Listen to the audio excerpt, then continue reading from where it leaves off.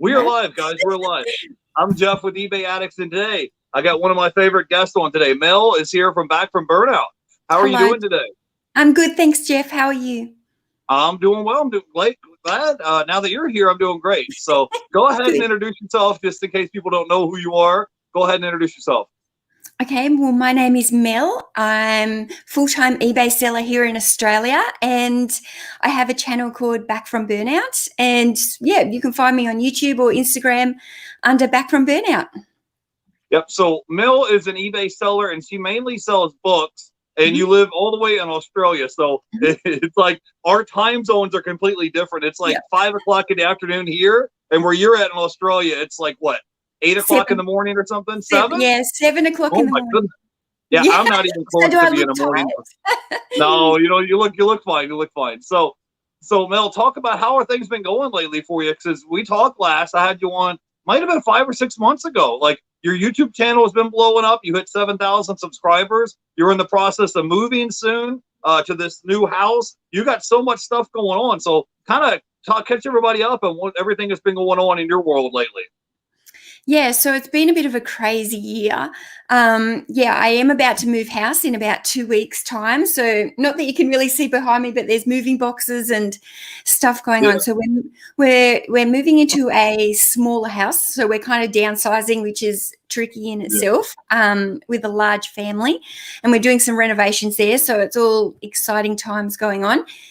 As for the YouTube, the eBay business, it's going really well. I'm still focusing on books. I'm not sure if I was focusing how much I was doing with the books when I was talking about you last time, but I'm focusing a lot on selling books, and I'm just chugging along, I guess.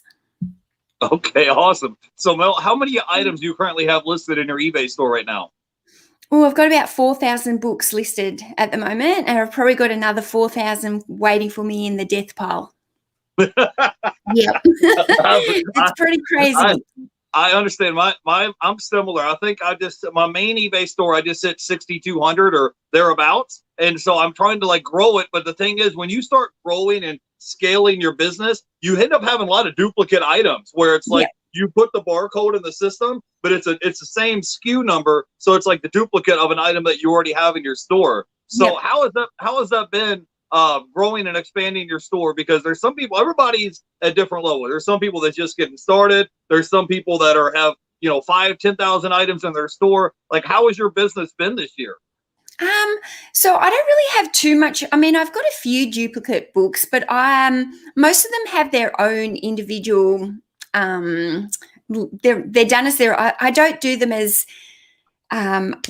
multiples of the same book, because I'm selling secondhand books. They're all in different conditions, so I try and have individual listings. So I'm not actually using the barcode when I'm entering into eBay, so I don't have the problem with having the same barcode. I just make sure that my titles are different, my photos are a little bit different in my description, to make sure I'm not duplicating any listings. So I don't really have that problem, but definitely managing a large amount of inventory comes with issues. And, I've been really trying to focus on building a new inventory SKU system these last couple of months, and trying to change it up a little bit, just because it's like near impossible. If I sell a book and then I can't find it, it's near impossible to find it. I have been there for sure. I definitely know what that's like. So I got up today, like on my time, I got up at like 8:30 in the morning. I wanted to be there as soon as the post office opened to ship out my packages. So I wanted to get that out of the way so I could get that done. So Mel, kind of talk about your business strategy. It's pretty similar from what I watch from your videos. You'll buy a big haul of merchandise, because you don't buy, it's not like you go to the yard sale and you come home with 2, 3, 4, 5 books. You buy big hauls of merchandise. You'll get hundreds of thousands of items, and then you try to get them for basically pennies on the dollar. So you'll buy them for 50 cents, $1 a piece. So you're buying them at liquidation wholesale prices, basically, and then you're turning around and you're chopping them up and you're selling them off individually retail prices. Is that correct?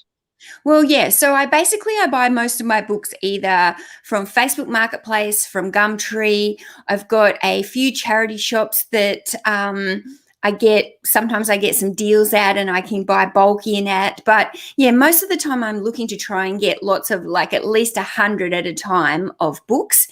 Right. Not always do I get 100. If I'm going out to the charity shop, the thrift store, and I'm cherry picking for those books, then sometimes I'll come home with less. But yeah, trying to get those lots of about 100 at least in a haul is, 100 plus, 200, 300 is great. So yeah, trying to buy those bigger hauls, trying to buy them in at like you said, low rates, 50 cents a book, $1 a book. Like at the most, occasionally I'll pay $2 for a book, but it has to be like a pretty good book that I know is going to sell for a little bit of a higher rate. But yeah, I'm trying to buy the books as cheap as I possibly can, and then I either sell them off individually or I bundle them up by the same author or by trilogies and sets and things. Okay, now what kind of profit margin do you typically have? I don't have any books in front of me, but if you had a book, let's say you paid $1 for this book, what is your typical profit margins on reselling books on eBay where you're from?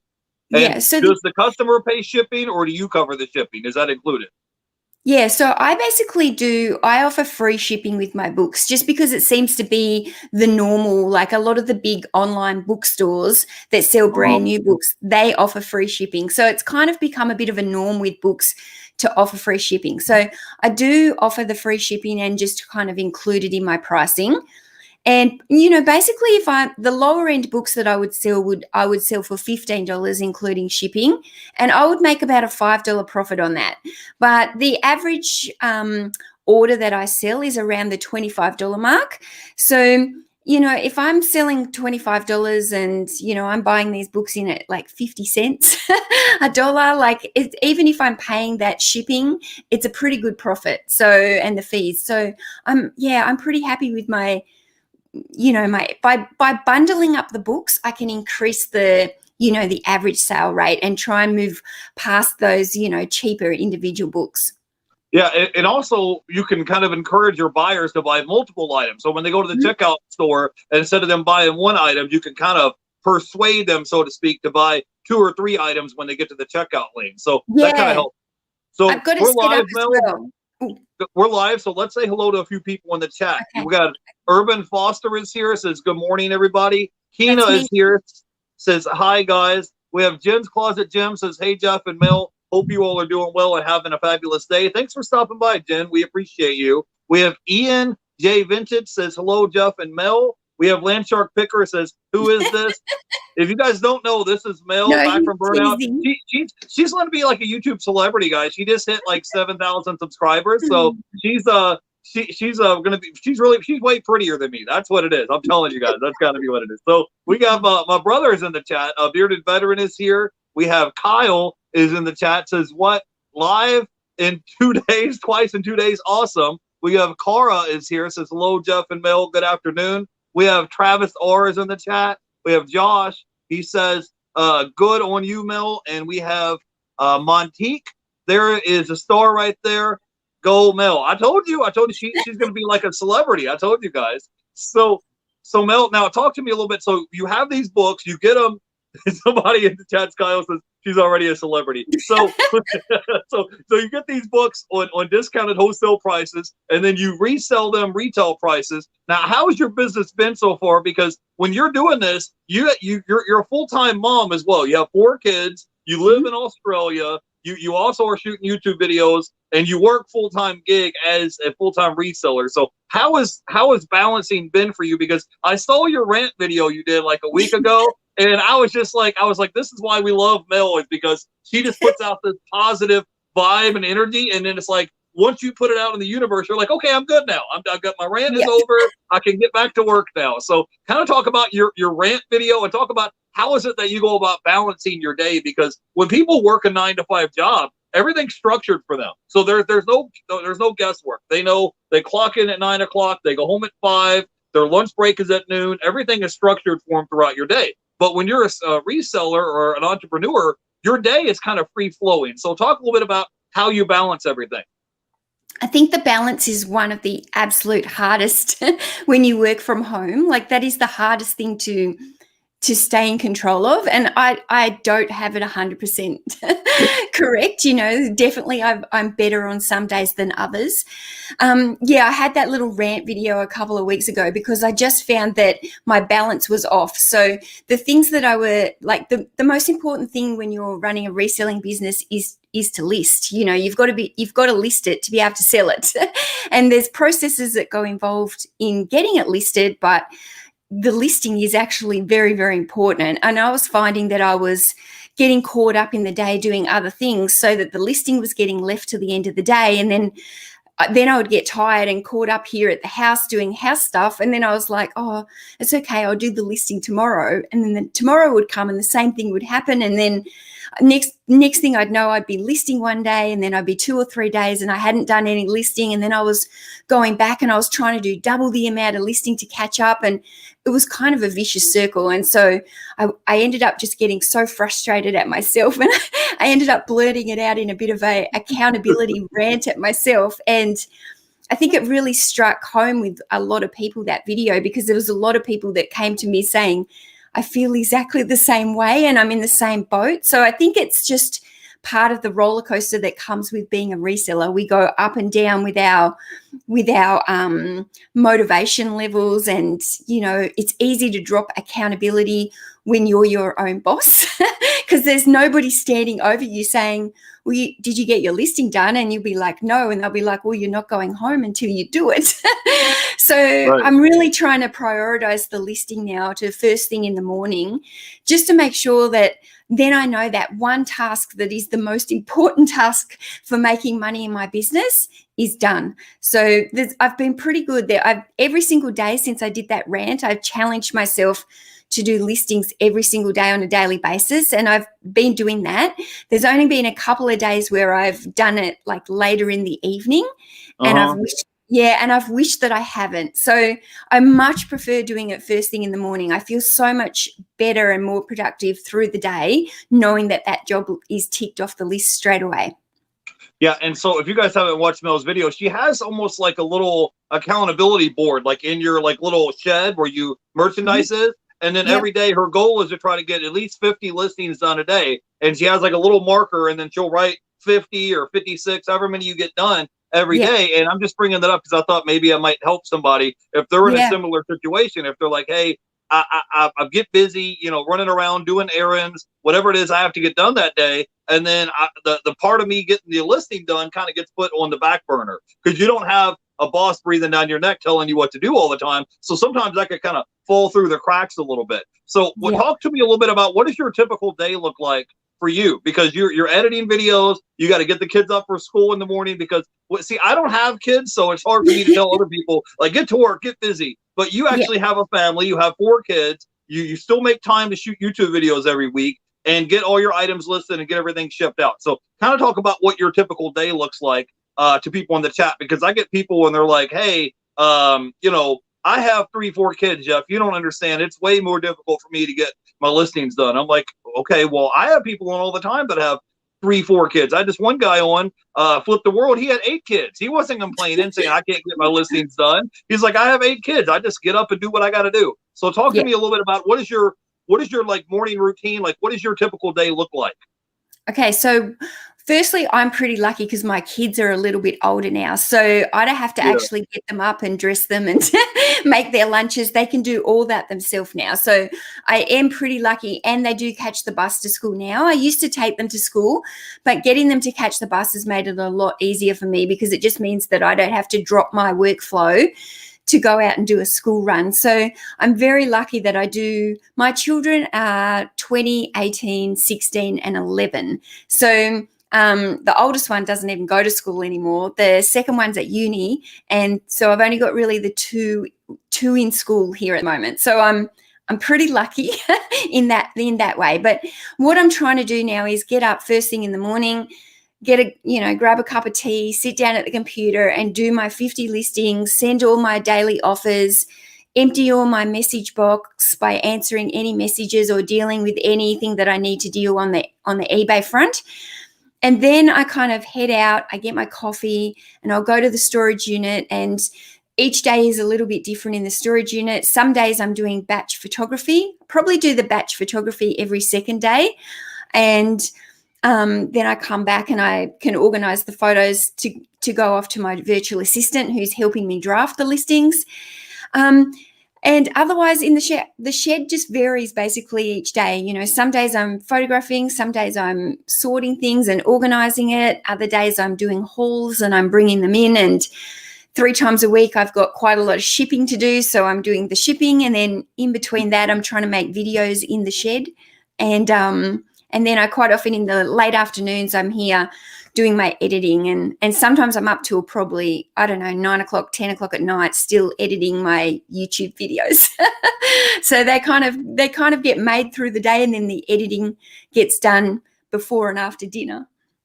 Right. So you guys can see from Mel, she's always happy. She's always in a good mood. She has this like really nice spirit about you. You guys see why I brought Mel on today. So let's say hello to a few people in the chat. We have Jim's Closet. Jim says, Mel, what is your favorite part of the day?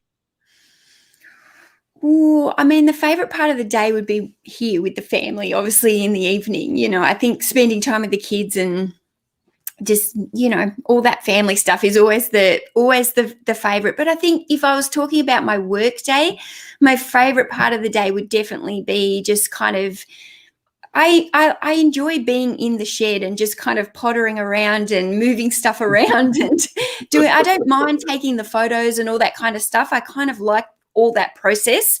So yeah, I guess my favorite part of the workday is being inside the shed, because I feel like when I'm in the shed that I'm actually in a business. Like, it's different feeling when I'm in the shed than working from home, because when I'm trying to work from home, I'm constantly distracted by all the stuff that needs doing here at home. Like, there's dishes that need washing, and there's clothes that need washing, and there's stuff that I need to, you know, vacuum the floor. And so I think once I'm in the shed, I'm much more content, because I know that I'm just can do my thing in there.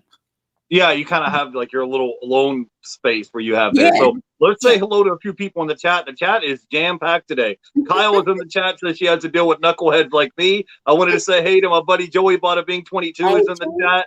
We have the Flippin' Sports guy is here. Cali Reseller Louise is in the chat. He says, let's go. Hey, Joey Bada Bing. We have Mitchell is in the chat. He says, are you looking to move out of storage units into a warehouse? So do you want to talk a little bit about that? Because we had a couple of questions in the chat. People were asking about how you go about storing your items. Yeah, so I've got all the storage units at the moment. So I've got 3 units at the moment. 2 of them are double sized. So I've got quite a lot of storage, but it is kind of near capacity.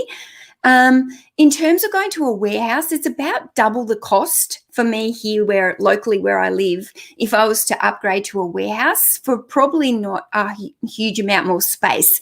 Like, for me to get a smallish kind of warehouse, it's at least double the cost of what I'm paying now. So it's a huge kind of expense, and I kind of feel like if I was to justify like double the amount of cost, I'd have to be bringing in some workers to help me and, you know, really start trying to churn over, you know, more money to be able to cover that. So at the moment, I think my levels are, I can probably hold around 5,000 to 6,000 listed inventory plus some death pile. So I'm kind of okay with those levels. I've always kind of had in my head I'd like to get up around that 5,000 in listings, and any more than that, I'm not 100% sure if I want to go much further than 5,000 or 6,000 listings, because it's just a lot to manage on your own, and it's a lot to maintain. But yeah, storage here where I live is expensive, and you know, obviously with the books, there was just too many of them for me to keep any longer in the house. And, you know, books also get dusty and they smell a bit. So you don't really want them all in your living areas when you're doing bulk books anyway. But yeah, definitely, I'm happy working in the storage shed. I feel like I've got like a good little setup and workflow going for me at the moment. So I think for the time being, I'm happy to stay in the storage units, but maybe long term, a warehouse, or maybe we might even, we're moving into our house at the moment, because currently we rent this house. We rent the bigger house, and we own a house that we rent out that's smaller. But now we're doing, our eldest daughter has moved out, so we're going to move into the smaller house, and who knows? I've got land at that house. Well, not land, but I've got like a bit of a block of land that I could put a shed on. So I might get to the point where I even put a shed on at the house, and then I can do it all from home. Yeah, I was just going to ask if you have like any outbuildings outside of your house in that area. So I wanted to say hey to Cali Reseller Louise. He says, hey, Twin Flippers is here. Urban Froster says it's 7:15. Did you do your 50 listings yet? I wanted to say hello to Candy is in the chat. He says, Jim says that's such a great suggestion to do listings first thing in the morning. I'm going to try to do that. If I missed you guys in the chat, I'm not doing it on purpose. We got a lot of people in the chat. Helps. Yeah, we got a bunch of people in the chat today. We got a thing here from Mel. Do you have a suggestion for getting sticky price tags off of books quickly without damaging the books? They're a pain, aren't they? Sticky labels are a pain. The only labels I will remove now are the ones that are actually got the charity shop pricing on it. If it's like an original sticker from the book that's got the retail price on it, then I don't even bother removing any of those stickers. But I've kind of got... This is one of the reasons why I like buying from Facebook Marketplace and like Gumtree, because you get no stickers. You don't have to deal with picking off all those stickers.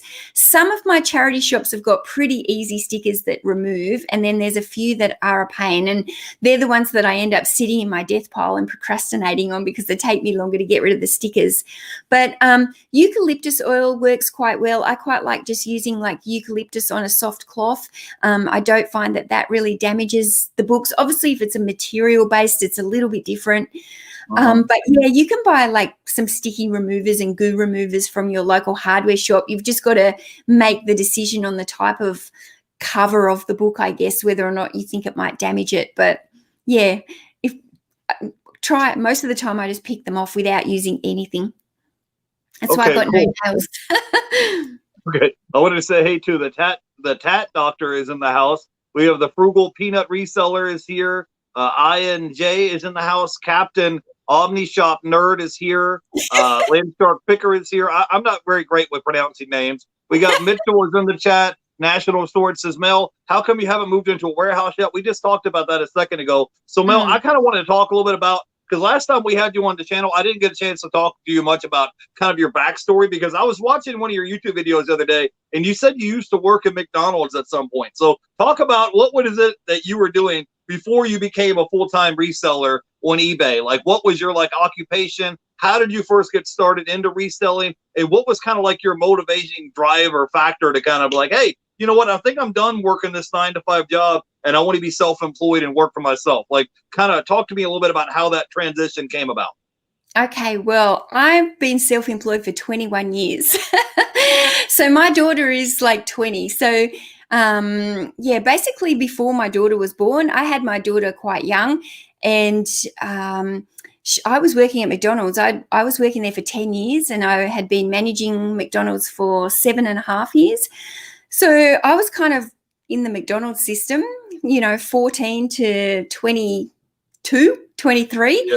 And I had my daughter when I was 23, I think. So 24. So basically I left McDonald's and I went off and had kids. And while I had the kids, I always did something from home. So first business I ever had, I bought a little franchise that I ran from home, where I used to hire out like baby equipment, baby car seat capsules, people who were traveling, and they'd hire like baby cots and stuff from me.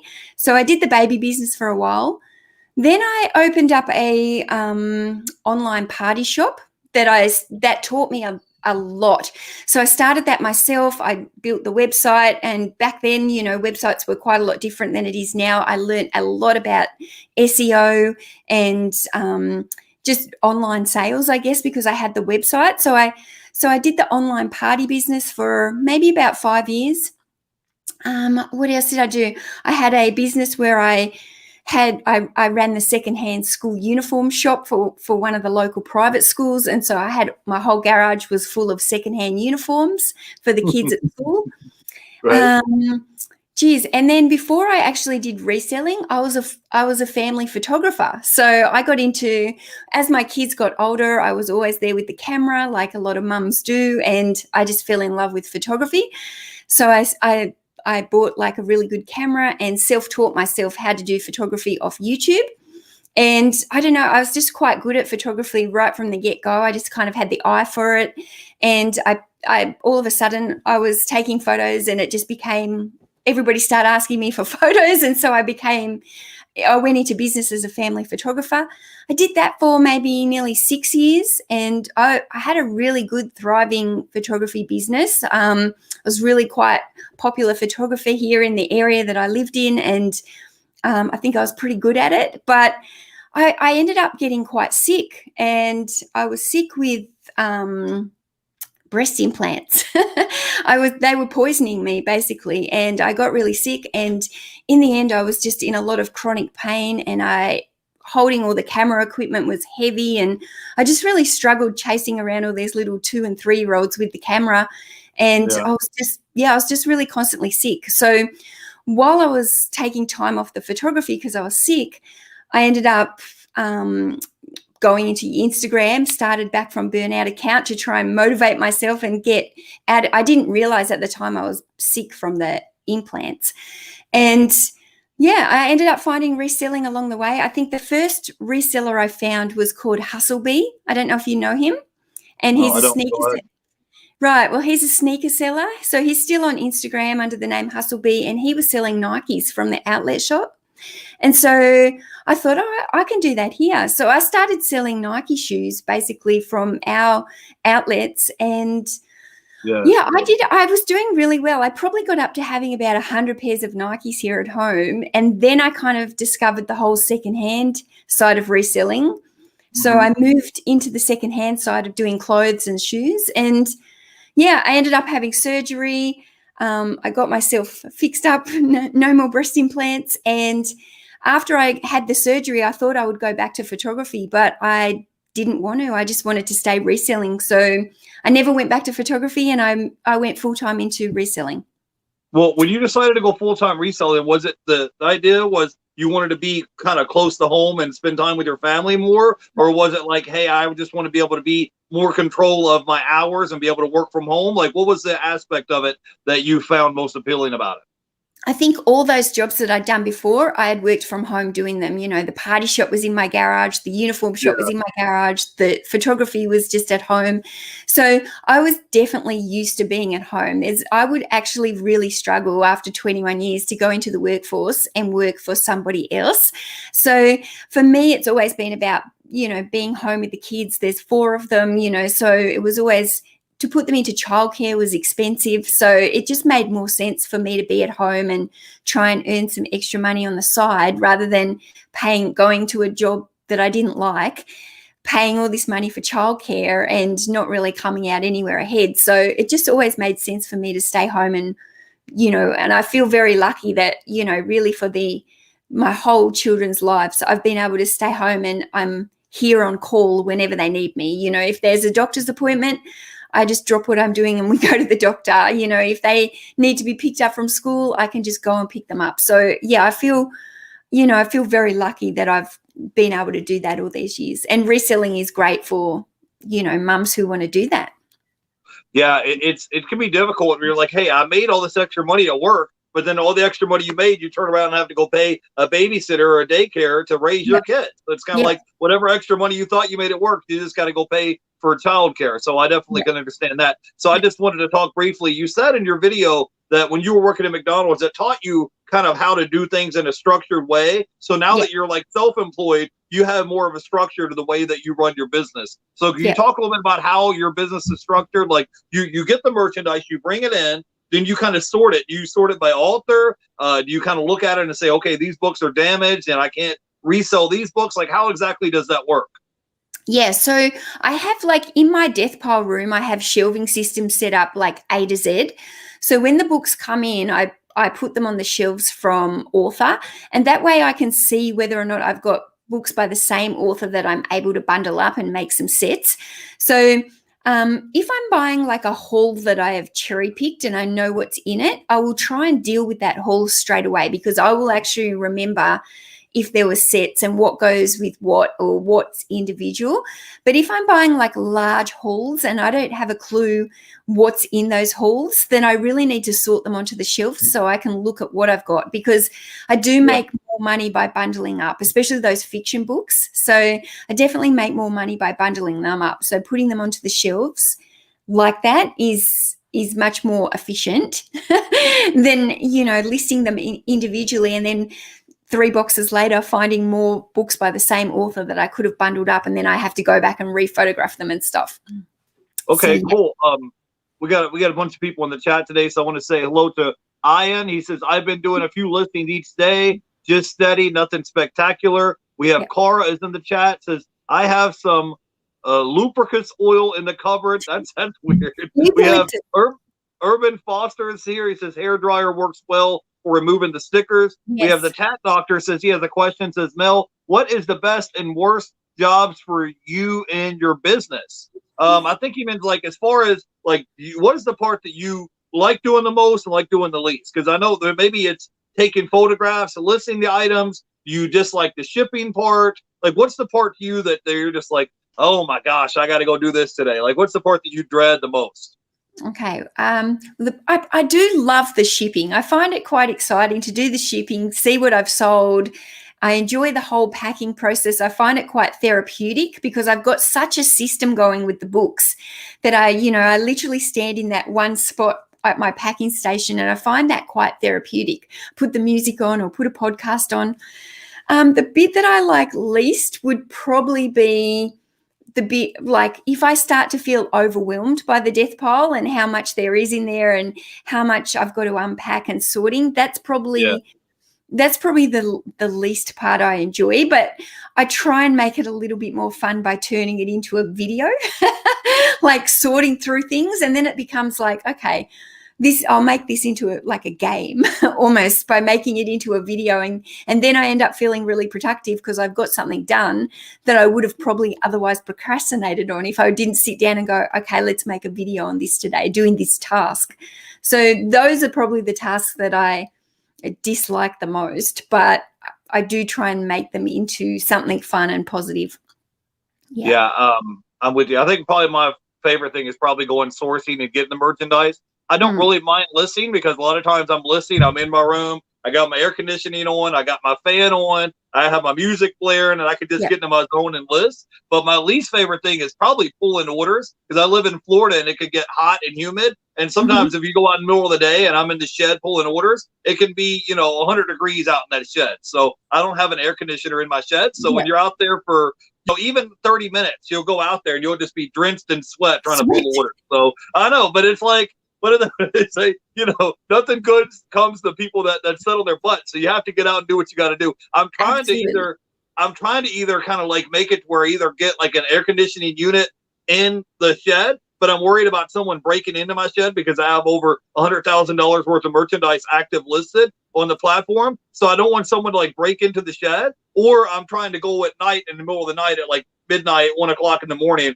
and pulling all my orders the night before. Because so that way all my orders are already pulled, and the next day I'm not running around trying to pull all my orders. So that's probably the thing I hate or dislike the least, is just pulling the order. Sometimes I get an offer on an order and I'll hit accept, but I'll wait till the next day so that way I don't have to ship it till the next day. Because I know it's like it's going to be hot and muggy and humid, and I'm just like, I know it's going to be humid in that shed. So Mel, give me some advice or some tips that you could give somebody if somebody is reselling part-time and they want to make this their full-time gig. Maybe they have a part-time job or they want to go full-time in the future. What could be 2 or 3 tips that you could give somebody? Because you've been a full-time reseller for a while now. What would be like your top 3 tips of advice they could give somebody watching the replay that would help them become a full-time reseller and make that their full-time income? Because it's different from being a hobby seller where you do it like part-time on the side. But when you're like, I've got to have this income, I'm dependent on it to pay my bills. What would you tell this person?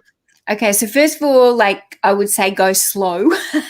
I think there's a lot of new resellers that come out, and because of social media, it makes it look like it's really easy to come out and just get all these sales, and it's not. It takes time. It takes experience in learning what sells, what to buy. Like when you're new, you make a lot of mistakes. You buy things that maybe aren't good buys.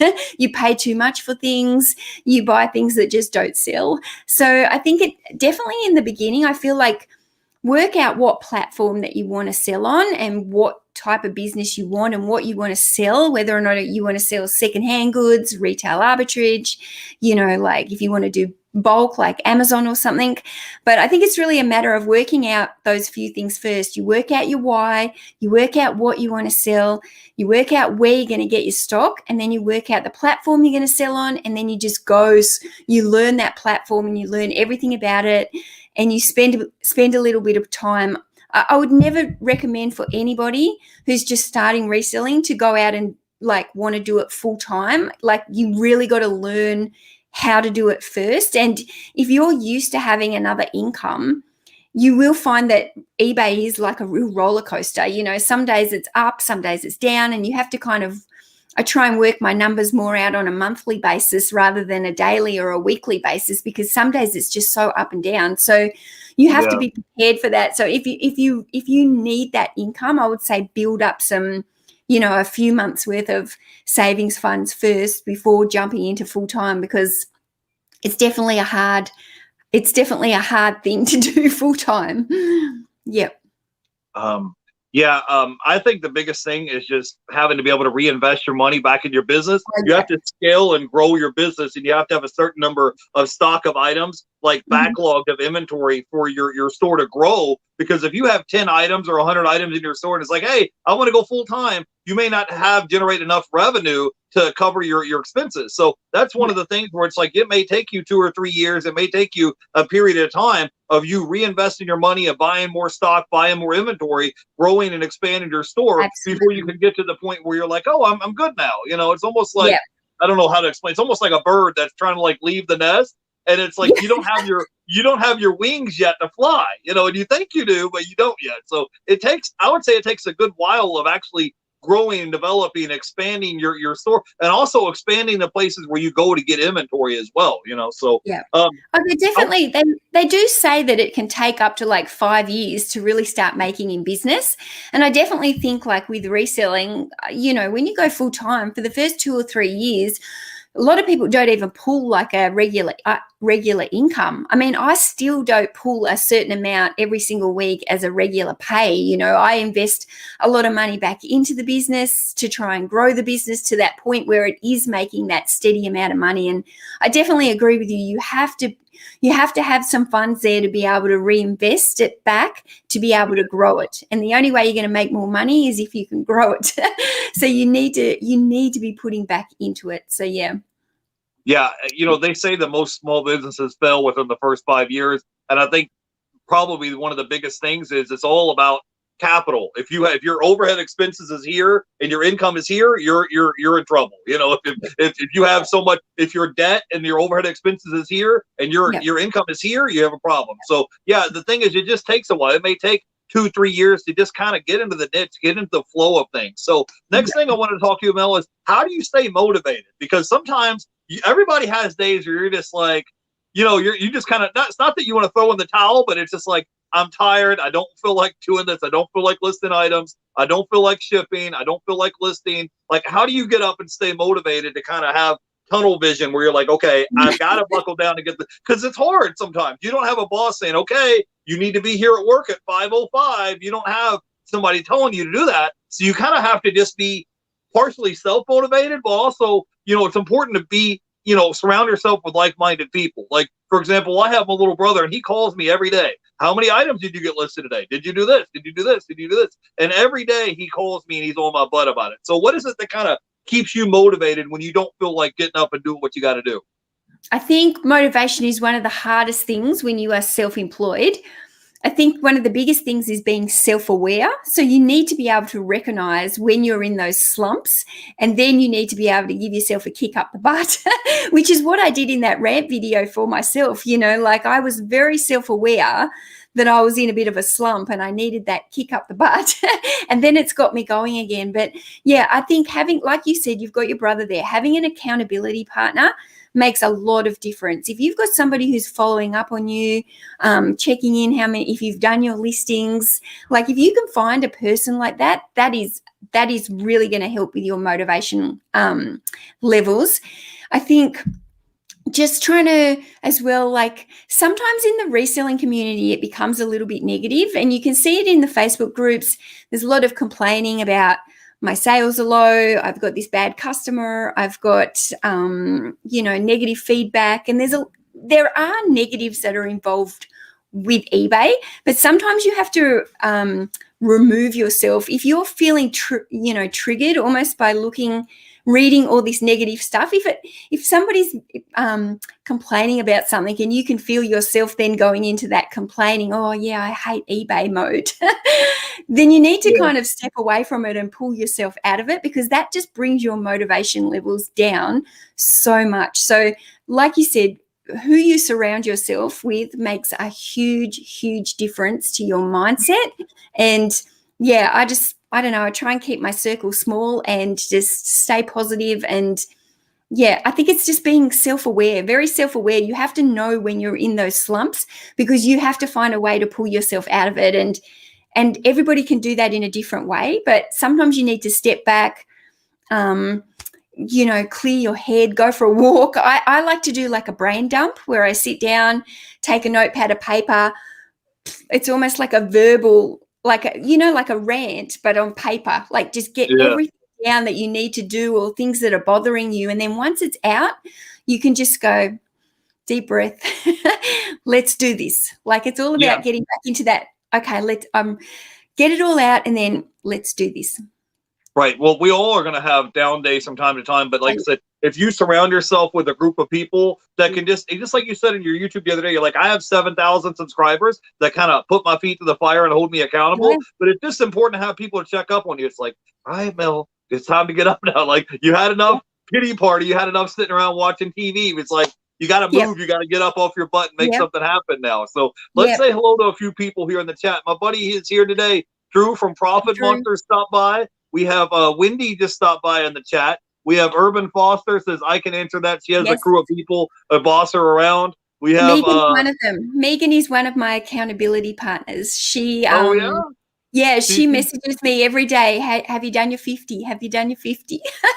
She's very good. It's good to kind of have a little bird on your shoulder, like, hey, did you do what you're supposed to do today? And it's not like in a mean way. It's not like, oh, I'm poking you with a fork, but it's almost like, hey, are you doing what you're supposed to do? Because it's like, if you don't, like, you're going to have issues. So we wanted to say hello to Sydney is in the chat. I'm sorry if I can't pronounce your last name. Moto Vlog is here. Urban Foster is here. So what I wanted to talk to you about is because I get questions from people all the time. What are some suggestions that you have as far as someone that wants to start a YouTube channel? Because I feel like when I watch your videos, I feel like you're like an authentic, genuine person. And I think that's what people like about you. But what type of recommendations do you have? Because there's some people that are just the grind from going from 0 to 1,000 subscribers. Like that's real. And people don't know who you are. So it's almost like when you're starting something from scratch, you don't have any kind of not accountable. Like people don't know who you are, so you don't have a brand name, you don't have recognition, people don't know who you are. So what would you tell somebody? First of all, what got you started into making YouTube videos? And what would you tell somebody, because you recently hit 7,000 subscribers? So first of all, how did you get started, and what kind of advice would you pass along to some of these people that are struggling with their channels? So, I'm not really sure. I can't really remember how I got started. I remember once I hit 1,000 followers on Instagram, I was like, oh, there's people who are interested in what I'm doing. Right. I found the reselling community. I found some people who were selling. There wasn't very many Aussies at the time who were doing YouTube. And I just kind of thought, oh, I would like this because I'm a creative person. And the problem with eBay is it can get very monotonous, like boring. Like it's very the same, list, ship, sort, buy. It's very the same. And I get a little bit bored with that. I can get bored easily. So with the YouTube, I found it was quite a creative outlet for me. The first 1,000 is definitely a bit of a grind. I think I was pretty lucky in that first 1,000. I joined the YouTube community. You know, I had some people like shouting me out and like helping me get subs in the very beginning, which was great. And yeah, then I got to that 1,000. I can't remember how long it took me to get to the 1,000, but yeah, YouTube is definitely a grind. And I would say when you do YouTube, do it because you love to share and you want to do it. Don't do it for the money because it takes a while to make that. Like there's definitely money in YouTube, but it takes a while to be able to make back the money for the time that you have to put involved into it. Like I spend a lot of hours every single week making my videos.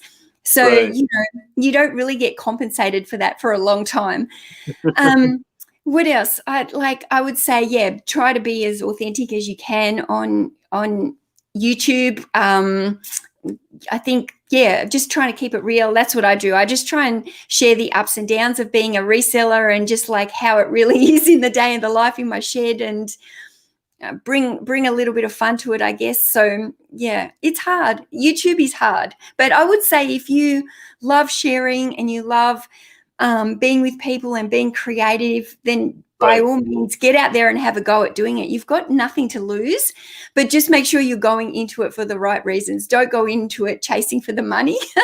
Go into it because you just love talking to people and being on camera, and it's hard. Even being on camera takes a lot of it takes a lot of getting used to, doesn't it? Like I'm getting a little bit better at it now, but like it's very nerve-wracking putting yourself out there on camera. You have to, when you put yourself out there, you're open to a lot of criticism, and that can be difficult, and you've got to have thick skin to do it. So you would be surprised at the nastiness that also comes with YouTube, and you do have to have thick skin to be able to do it.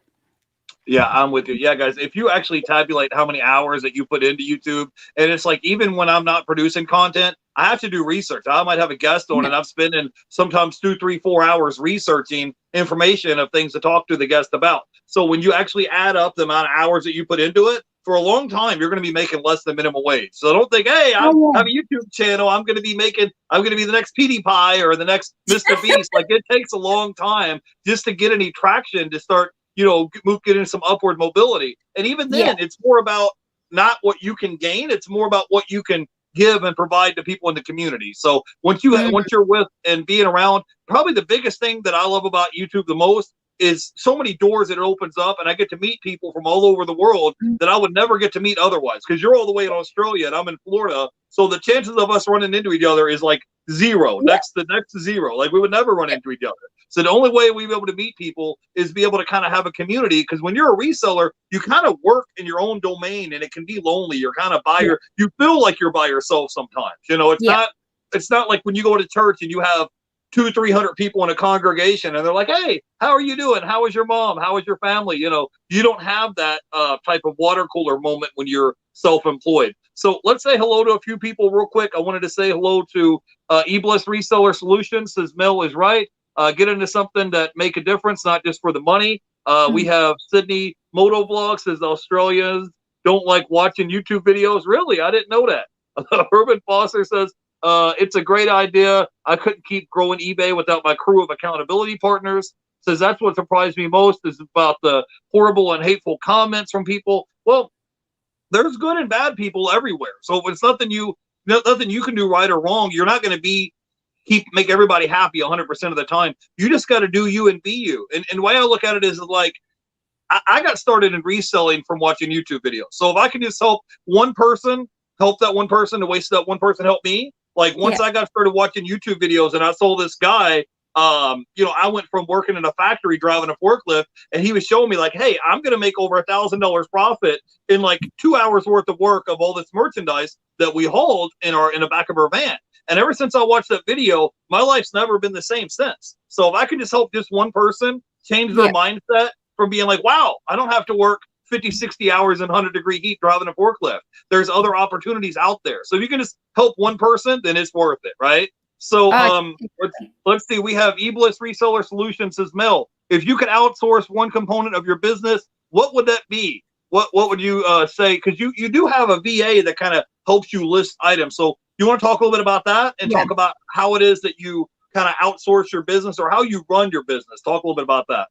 Yeah, so I have a virtual assistant and she helps me with the listing. So basically I take all the photos, I then Dropbox her the photos via the Google Drive, and she looks at the photos because they're all books. It's not clothing and stuff with the specifics are quite the same. So basically I send her the books, I put them into folders, nonfiction, fiction, hardcover, paperback, and then she just looks at the title of the book and she does the listing. So then she drafts it for me. So then once she's drafted those listings for me, the only thing I need to do is actually price the book. So it really does take off a chunk of time for me. Like I probably save 2 to 3 hours a day by having somebody do those drafts for me. So, and you know, for what they charge, it's very cost effective for me to be able to use the virtual assistant. So that is one thing that I outsource. I think the other thing, if I could have somebody outsource anything for me inside the shed, you know, I think having somebody help me take photos would be great. And I think like I'd love to have a system there where I had somebody taking the photos while I was bringing in the books that I wanted photographed and then putting them away as we went. I think having a 2-person team doing that would be really helpful. But otherwise, I think even just somebody coming into the shed a few hours a week just to help me tidy and organize and put things away to help me get through some of that death pile. Because I do have like a stack of boxes there that are full of books that I just need to get onto the shelves so that I know exactly what I've got. And it's just finding that chunk time to get in there and do all that. So yeah, I think just having the odd person to come in and help me, but definitely having that person to list, I don't think I could live without it anymore. Like having that virtual assistant is a huge part of my business now. So you would, if someone's on the fence about getting a virtual assistant, you would recommend it from your experience, right? I would, as long as you had the right business model, I think. So for me, who's doing a volume store and wants to get like 50 plus listings done a day, yes, I think you need a virtual assistant because managing that amount of stock is a lot of work. Like if I'm doing 50 listings a day, that's 350 listings a week, but it doesn't mean that's only 350 books. Some of my book bundles are multiples, 2, 3, 4, 5, 6 books in a bundle. So, you know, I'm having to put in like 500 odd books into my store every week. So you have to be able to maintain sourcing that and getting enough stock. So that's also another issue. But I think if you only want to be doing 10 things a day, I don't think you need a virtual assistant. But I do think that if you are looking to expand and grow that business and really do a high level of stock, then having a virtual assistant definitely helps. But I would also not recommend to anybody to get a virtual assistant until you've learnt the system properly yourself. You have to know how to list yourself so that you can train these people to list exactly how you want them.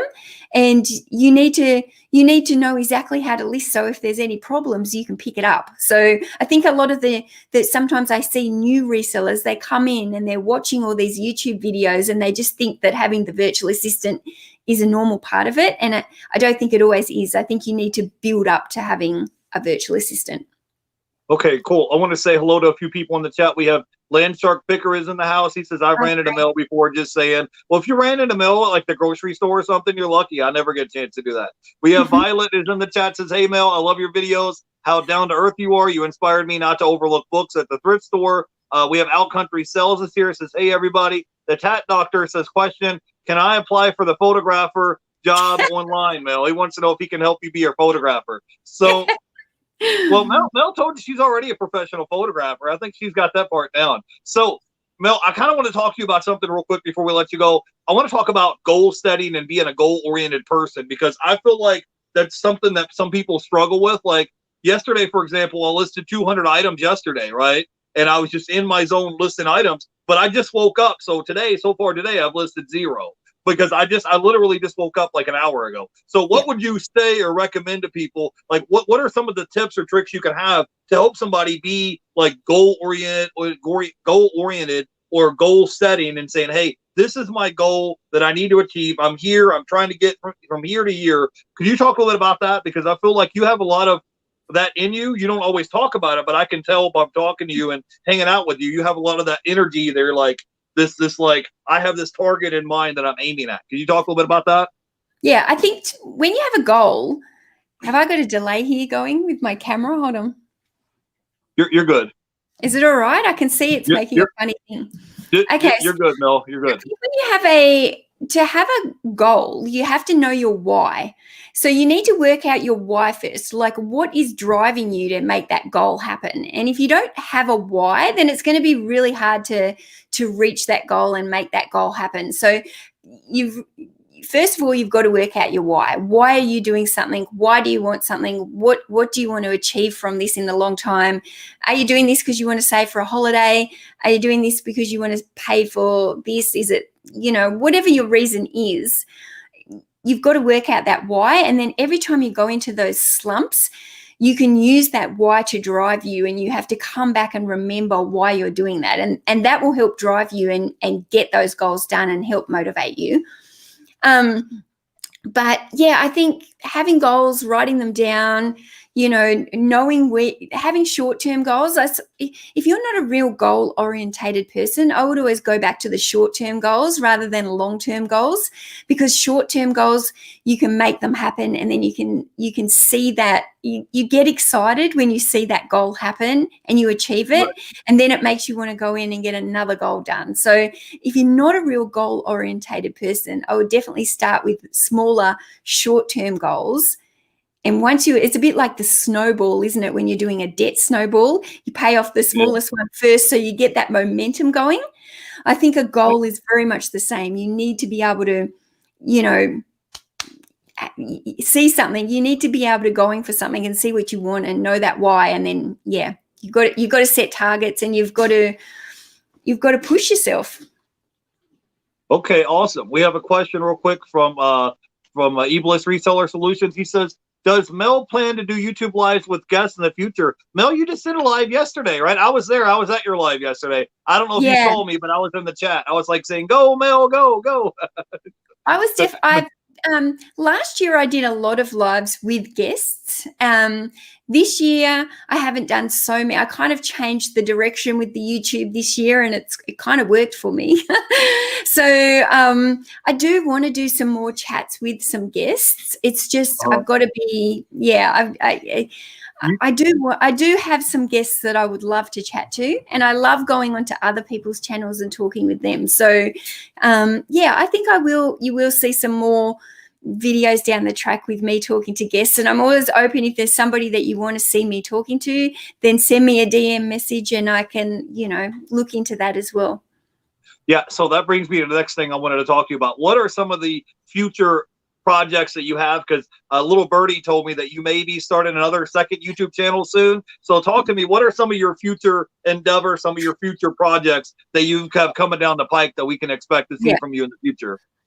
So I do have another YouTube channel that's about to start, but that we've just been trying to work out the details on it. We were going to call it like a renovation channel, because we're doing a bit of a home reno, but I'm rethinking my way with it. Originally, I wanted to do like a second channel that was just called like about me and my behind my other life besides eBay, because when you have an eBay channel, you kind of niche down on that eBay, and you can't really talk about anything else about eBay.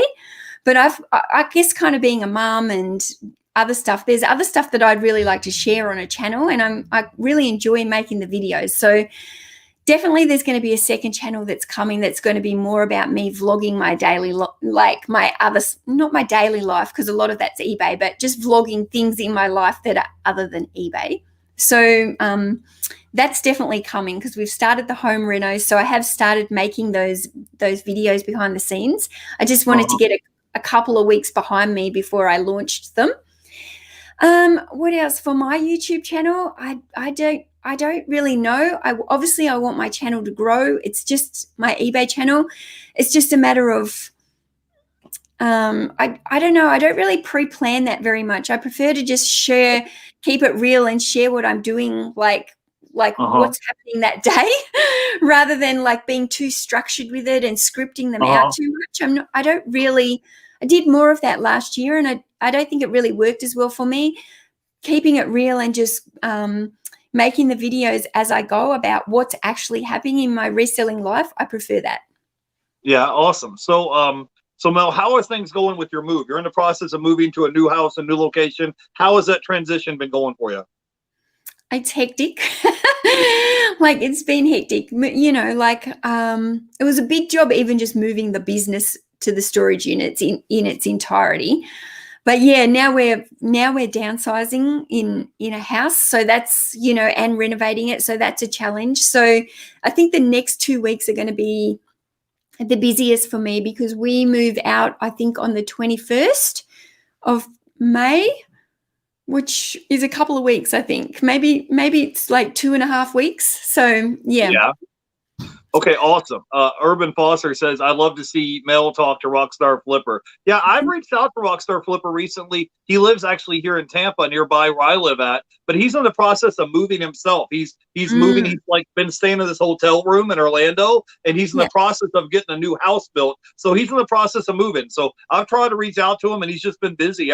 Everybody's busy. The whole thing about having guests is just being able to block a time where everybody is on the same platform, where everybody has the same schedule. So Mel, we've had you on the stream for an hour. We greatly appreciate you coming on to hang out. You're one of my favorite people on YouTube. So just so you guys know, I am biased. So tell everybody where they can find you at on YouTube and Instagram, so they can go by and check you out.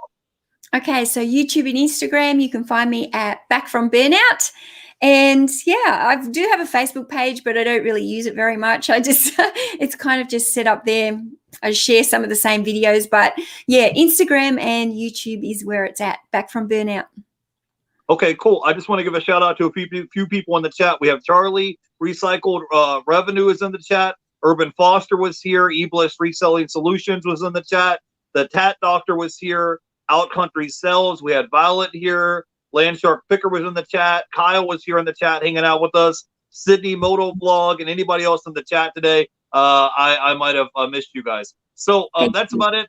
We got one real quick question. It says, looking forward to your birthday party on Saturday. What time will it be? Yeah, my birthday is actually coming up this Saturday, and I'm having my special guest. My little brother is coming, and so believe it or not, I'm turning 37. So it's the first time ever doing like a little live stream. We're gonna do like a little live stream, like Q&A hangout. And it may be kind of like a roast because my little brother's there, and he always gets on my case. So if you guys want to come out, I think it'll be in the afternoon, maybe around 3 or 4-ish, something like that. So if you want to come by and hang out, like I said, we're going to drop the live stream. The StreamYard chat will be in the link. You guys want to come by and hang out, we're just going to have some fun. I don't have any special guests other than my brother. So if you guys want to come by and hang out, it'll be this Saturday. We're having like a little special birthday party bash. It's not going to be nothing serious. We're going to just be kind of goofing off and having fun and talking to the community. So I'll see you there. Mel, tell everybody, give me your final thoughts and we'll let you go, Mel.